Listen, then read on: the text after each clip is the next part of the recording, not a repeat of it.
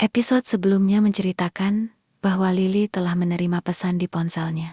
Dari Rizky, di mana Rizky menjawab pertanyaan Lily lewat pesan bahwa Rizky benar-benar melihat bahwa Jin Ifrit selalu mengikuti Lily. Lily heran, kenapa Jin Ifrit itu tidak pernah lagi mengganggunya, padahal ia selalu mengikutinya. Mbok Jum pun membisikkan sesuatu di telinga Lily dan Lily hanya menganggukkan kepala yang menandakan Lily menyetujui apa yang dikatakan oleh Mbok Jum. Keesokan paginya Lily bolos kuliah lagi. Lagi-lagi Lily datang ke kantor Rizky. Ia minta tolong pada Rizky agar bisa mengusir Jin Ifrit di dalam hidupnya. Rizky menjawab tak bisa, ia hanya manusia biasa. Lily pun tampak sedih dan menangis. Dan tiba-tiba saja Lily jatuh pingsan. Rizky yang melihat Lily jatuh pingsan, ia pun langsung membopong tubuh Lily dan menidurkannya di sofa. Jin Ifrit yang melihat Lily dibopong Rizky terlihat sangat marah. Sebenarnya Rizky melihat kehadiran Jin Ifrit tersebut,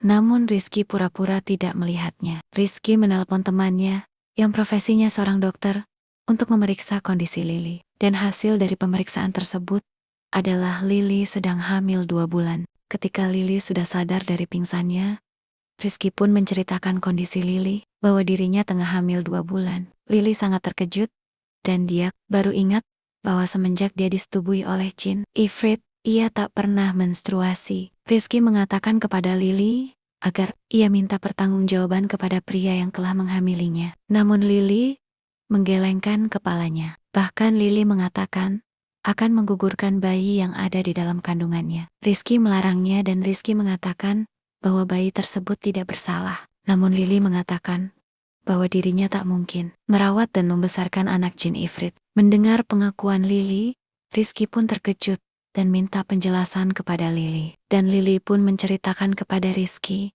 bahwa dirinya adalah korban karena ia telah disetubuhi oleh Jin Ifrit. Mendengar cerita Lily, Rizky pun merasa iba. Ia pun langsung memeluk Lily dan akhirnya tangisan Lily pun pecah di pelukan Rizky. Jin Ifrit yang melihat mereka berdua berpelukan pun makin kepanasan, hingga lukisan yang ada di ruangan tersebut dilemparnya ke sembarang arah. Akhirnya mereka berdua pun menyudahi pelukannya, dan Rizky menyuruh Lily untuk pulang.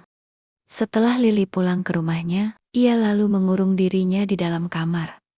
Ia sengaja tak mau makan, biar bayi di dalam kandungannya melemah dan akhirnya keguguran. Namun seharian Lily tak keluar kamar membuat Mbok Jum khawatir. Apalagi di saat Mbok Jum mengintip melalui lubang kunci. Mbok Jum melihat Lily tergeletak di lantai. Mbok Jum pun panik dengan keadaan Lily. Dan Mbok Jum pun akhirnya menelpon Bu Sulastri dan menyampaikan kepada Bu Sulastri bahwa Lily seharian mengunci pintu kamarnya.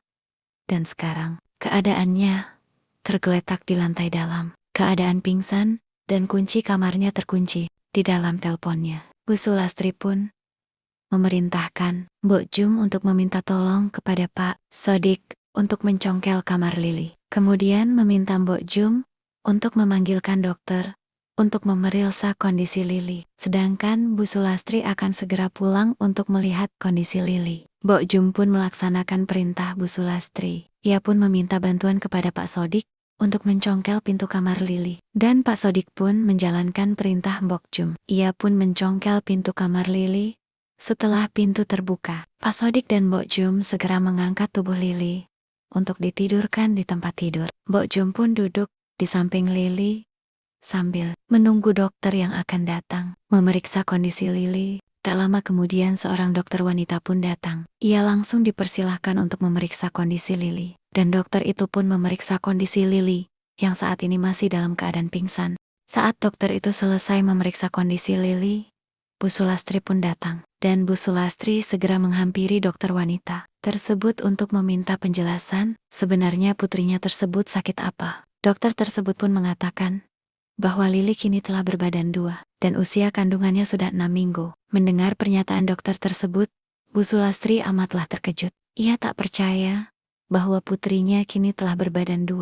Dokter tersebut memberikan resep vitamin untuk ditebus di apotek. Setelah dokter itu pulang, Bu Sulastri pun memanggil Mbok Jum dan Pak Sodik. Ia memerintahkan Mbok Jum memaksa untuk Lily mengatakan siapakah ayah yang ada di dalam kandungannya. Dan Bu Sulastri juga bertanya kepada Pak Sodik, selain ia mengantarkan Lili kuliah, Pak Sodik mengantarkan Lili kemana saja. Akhirnya Pak Sodik pun menjelaskan bahwa ia pernah mengantarkan Lili bertemu seorang pria. Mendengar penjelasan Pak Sodik, Bu Sulastri pun minta diantar ke tempat pria tersebut. Bu Sulastri akhirnya pergi bersama Pak Sodik. Dan setelah kepergian Bu Sulastri, Lili pun akhirnya sadar dari pingsannya. Mbok Jum yang melihat Lili sadar pun mengambil makanan untuk Lili dan memberikan makanan tersebut untuk Lili. Namun Lili melemparkan makanannya.